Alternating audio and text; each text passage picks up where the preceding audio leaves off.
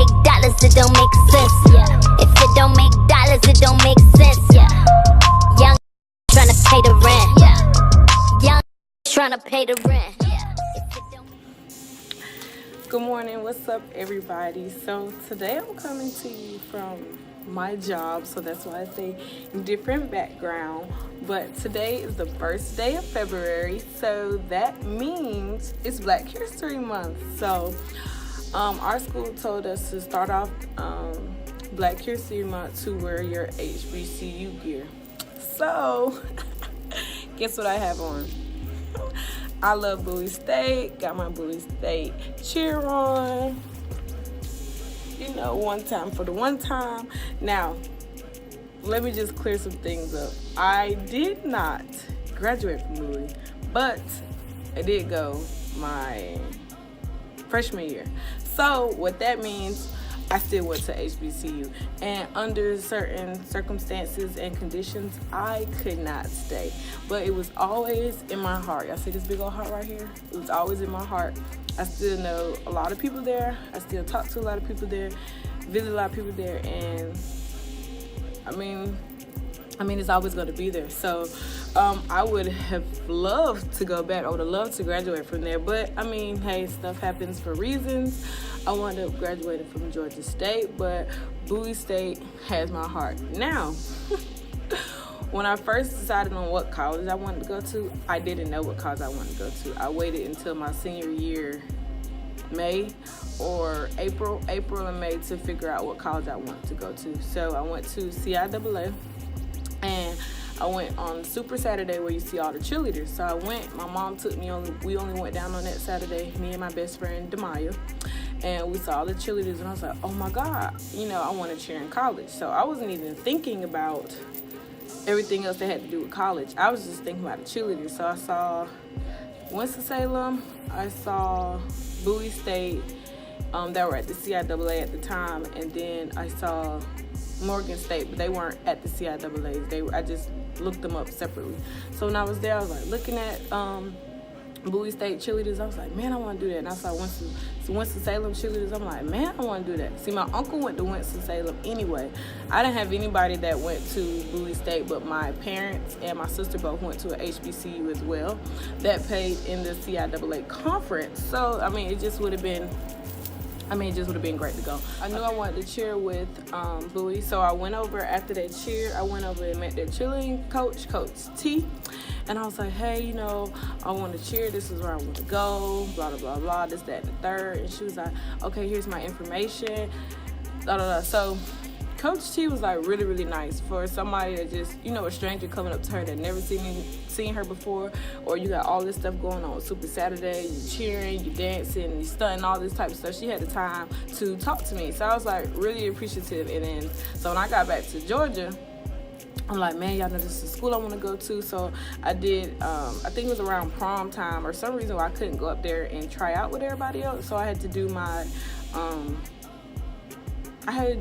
cheers, chant, and dance and record it and send it to her. And then when I went for, I think it was like open house or NSO, new student orientation or something, I went to try out. Or I might have just went there to try out. I think that's what it was. I went to stunt and I went to learn to shake. So this was my trial was just shaking this, shaking that, clapping, and I had to stunt, which wasn't a problem at all. I couldn't flip at the time because my arm was still kind of healing from when I dislocated it, but I guess, I mean, that's how I did it. And then she asked me something about when did my classes start.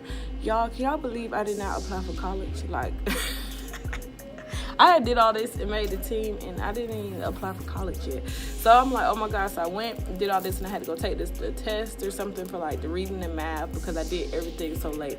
But I had just knew that I was going to get into school. I don't know what I was thinking. Like in high school, when I went to Banneker, everybody would have their acceptance letters all on the wall in the senior hall. And that was like the furthest thing from my mind because I knew I was going to go to college because my sister went to college. My parents both went to college. So I don't know what I thought college, you could just kind of walk in and go. But, I mean, I went, but But this is where it kind of get rocky since I waited so late. I didn't get to do the academic scholarships or just any of the good scholarships that I could apply for. That's where it hindered me at, because instead of getting nice scholarships and this and that, I had to pay out of pocket. And then if y'all did not know, Bowie State is in Maryland. So then I had to pay out of state fees, and I had to pay to stay on campus. So that was a whole lot of money already within itself. So, I mean, I was homesick when I started going. It was horrible. Like, it was so cold. It's very cold. So now, like, when people complain about it being cold at home, I'm like, man, y'all have not experienced cold. Like, in my dorm, I used to sleep in a thermal. I used to sleep in my pajamas, and if we had practice, because we used to have practice early in the morning, I would sleep with my practice clothes on because I was so cold. Oh, and I used to sleep in a robe. Like, my bed was against the window. It was so cold there. Then when I used to go to practice, you could see like cold and icicles and like whatever on the ground. But anyway, I knew this is the school I wanted to go to, so I did everything in my power to make sure that I did everything right. My parents were really, really supportive. Like, they were like so super excited. Like, oh my God, my daughter's cheering. She's gonna be a cheerleader. So I didn't know how hard it was gonna be. That it was different cheering from high school. Like, I was the bomb.com in high school. I mean, it's gonna toot my own horn because I was the bomb.com in high school. So when I got to college, I'm like, oh, this should be nothing. Can y'all believe I forgot how to twist cradle when I was in college? Like, I don't know if I was nervous or it might have been nervous. Yeah, I might have had the jitters because I could not twist cradle for anything in the world. And I used to twist cradle all the time with Henderson, Coach Maynard, and all that stuff. So, you go up, come down, you twist. I could not get it. I couldn't master it. When we went to cheerleading camp, I think in Pennsylvania, we went somewhere. I got sick too, and I got hurt. It's not funny, but I got hurt because I was trying to twist cradle and I came down and kind of like locked my jaw up. Like, it was real bad. Like, I used to have the worst experience when I first got there.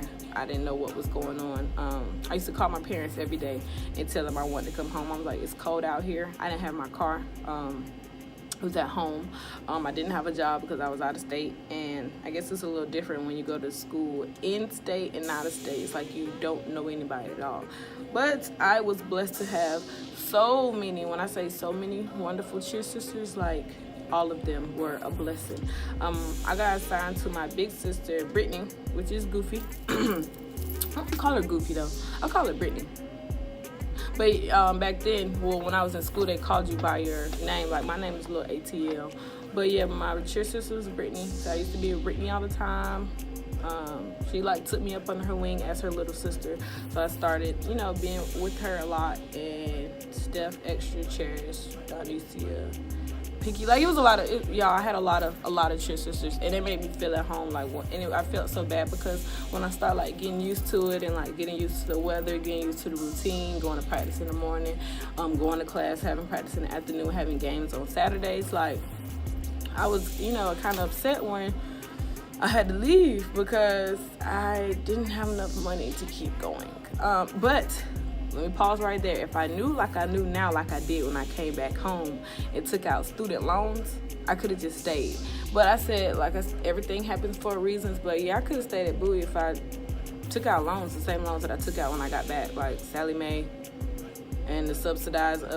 Not saying that taking out loans are good. I mean, I never said that. But I could have stayed where I was and cheered, and all that. Because y'all, to be honest, how people go to school for football and basketball and this is all they go to school for, I only want to go to school to cheer.